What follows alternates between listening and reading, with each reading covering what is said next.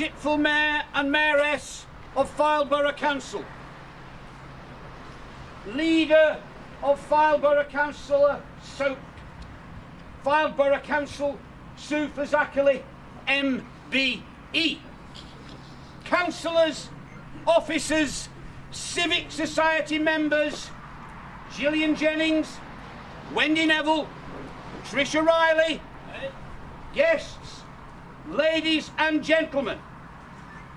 Lytham St Anne's Civic Society was founded in 1960 and have established themselves as historical preservers. We gather to create two significant statements regarding the history of Fairhaven and its lake, and unveil blue plaques that are designed to commemorate a link between people, places and events, and serve as a historical marker. I present Marion Coop, Chairman of Lytham Civic Society. Good morning everybody and welcome. This is the first time we've done two at once, which is down to the good organisational abilities again of Anne Boddice. Brave Anne.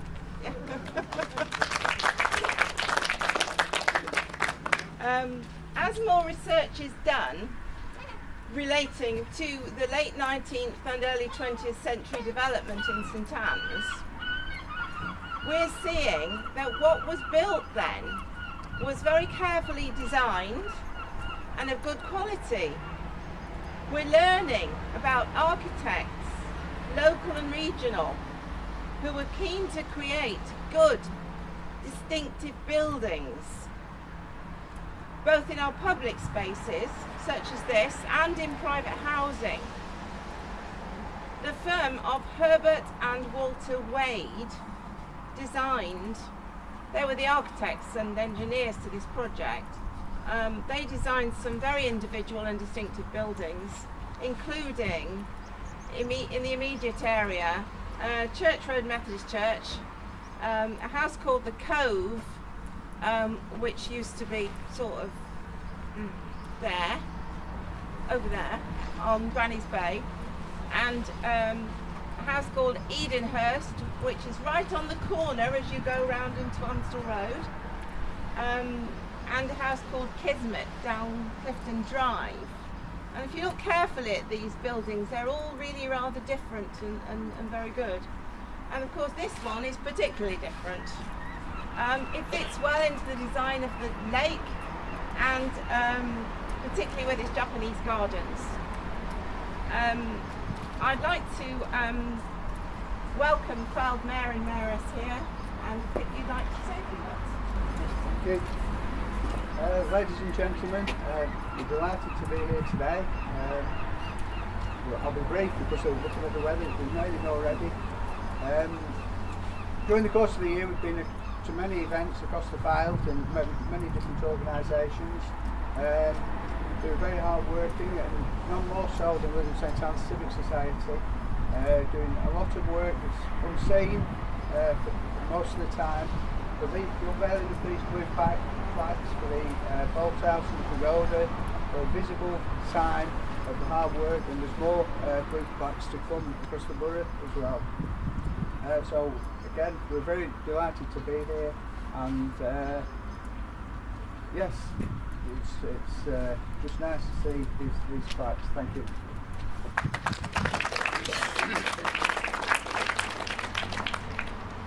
Julie Vale, Fileborough Development Officer, will address us.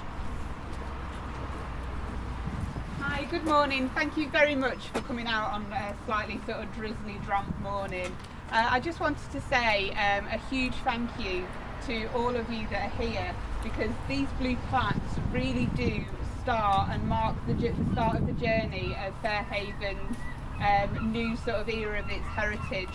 As you all know that are here, you've all been hugely involved in the Farnborough Council's Heritage Lottery application, and I just wanted to give you a little bit of an update on that. So the application has now gone in, all the supporting documents are in, and the next stage for the project will be hopefully a yes in December. We're very confident, and then the next stage, the delivery stage of that project, will be sort of taking place hopefully in January next year. The last 12 months has been incredibly busy for the council and for the project team, and it wouldn't have been able to be done without the support of not only the Civic Trust but the Heritage Group, the Fairhaven Lake partners. We've got some representatives here from the Ribble Cruising Club and from the RSPB. So just a huge thank you to be part of this this great next step for Fairhaven Lake. It's got an amazing heritage, and thank you for all coming behind it to really celebrate that heritage and move forward. So thank you very much.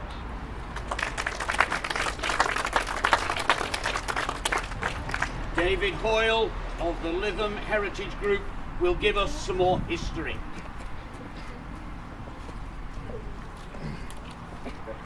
Morning everybody.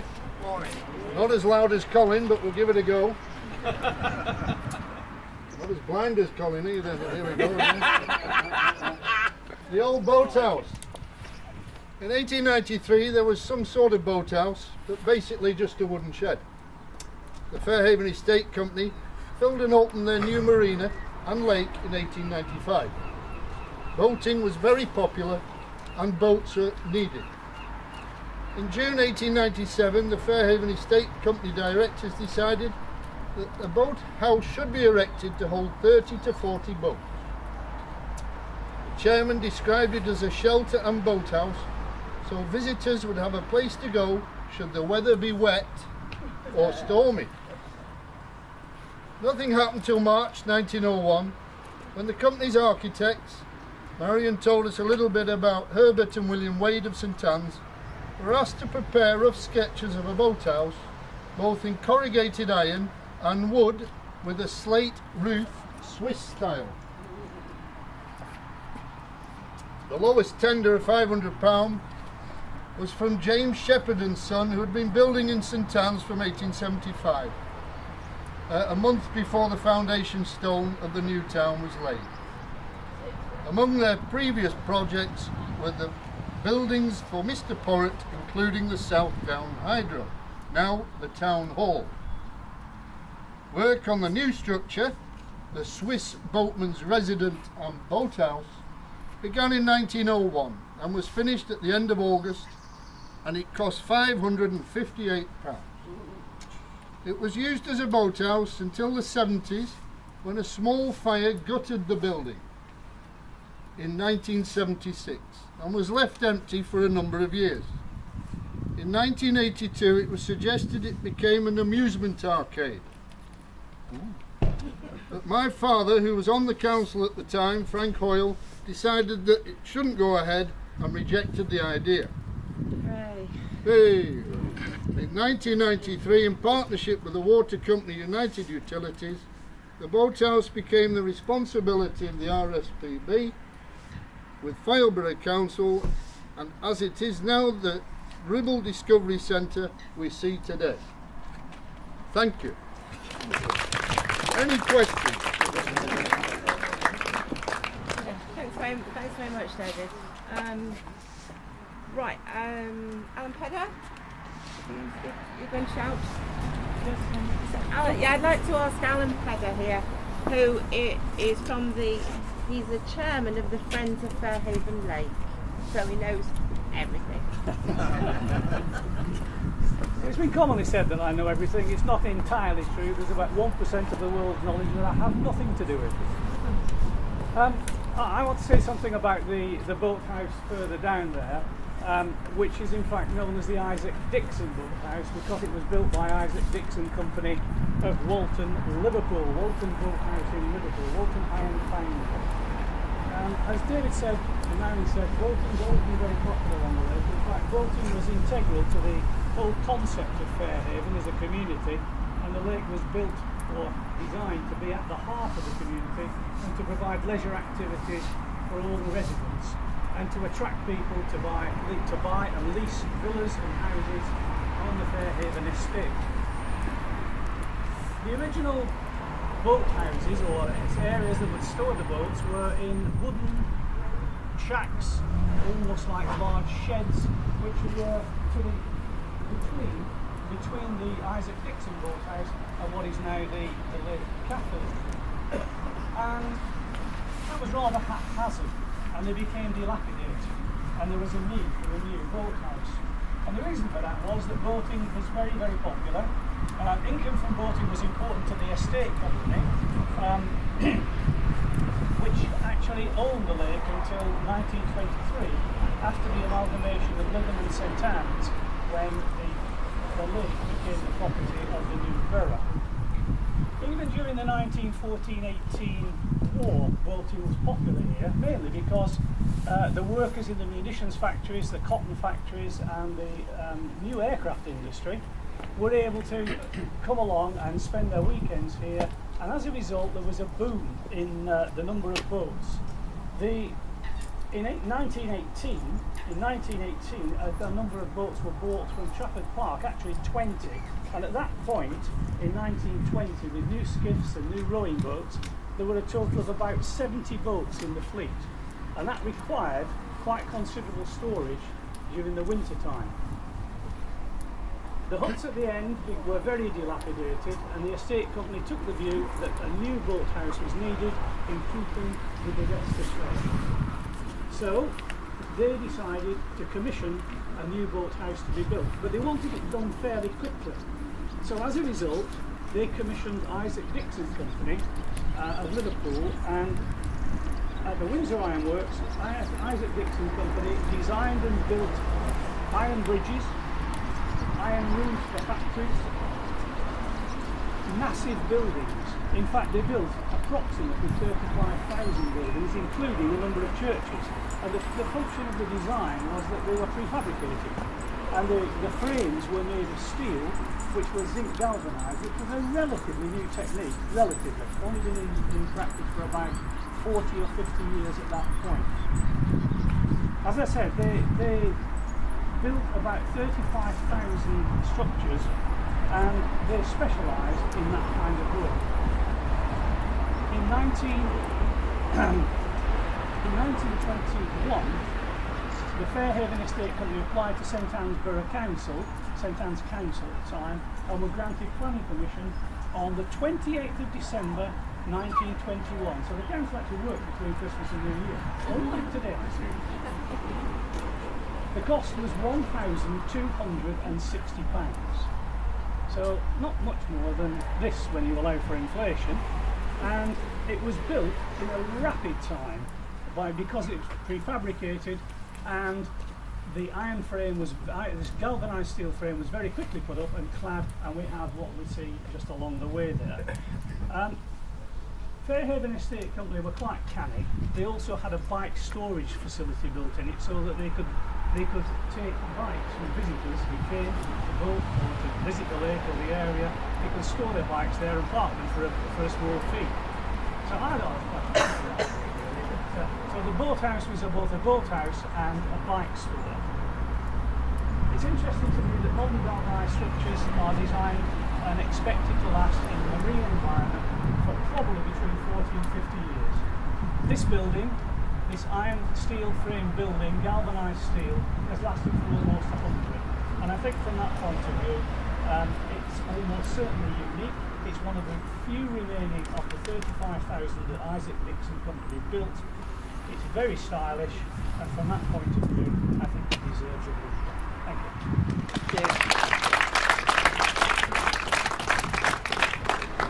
Thank you. Thank you. I just want to now invite the three great-granddaughters of Thomas Riley to unveil our plaques for us. Thomas Riley was the founder of the Fairhaven Estate Company, and as you'll know, there's a Riley Avenue down the way here on St Anne's.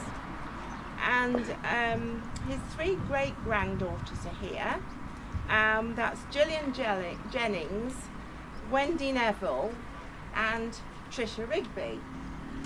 So as you've been to these events before, you'll know that we have a red curtain.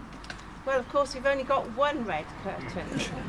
And so we've got 2 plaques, and so somebody had the inspired thought to actually cover the plaque with an RSPB tea towel, which we thought was very appropriate.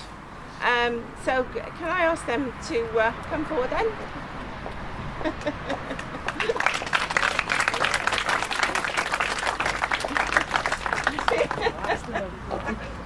So, if you just like to pull the cord, it should come nicely Go on, on. Wendy. Come on, Wendy. Come on, get on with it.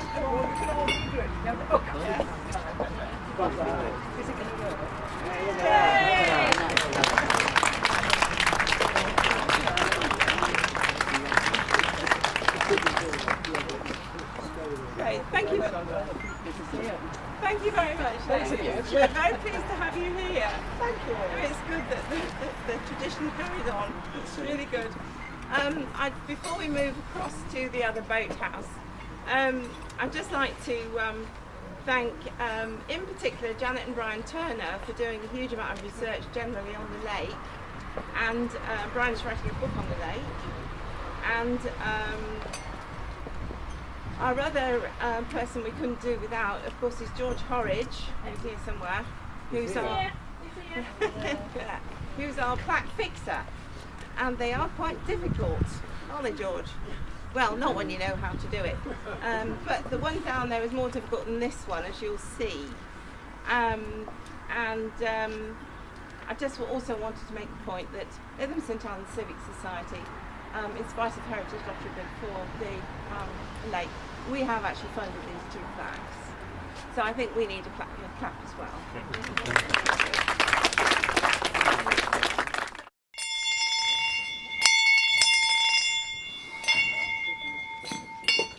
Oh yay! Oh yay! Oh yay! I only do it for the echo. Please attend to our 2nd blue plaque opening. This, in case you didn't pick up, this is what we're calling the Isaac Dixon boathouse. Alan has very kindly given us the history of the Isaac Dixon firm, which is based in Liverpool. It goes back to the 1850s, and this building is now actually quite rare, if not unique. So it's really good. And so the Isaac Dixon boathouse.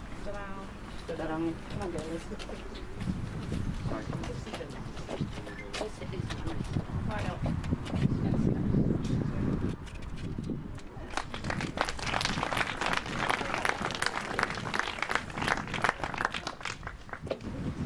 Lovely. Thank you very much, everybody. We're now invited for refreshments in the cafe, courtesy of Farnborough Council and Julie Vale. Thank you, Julie.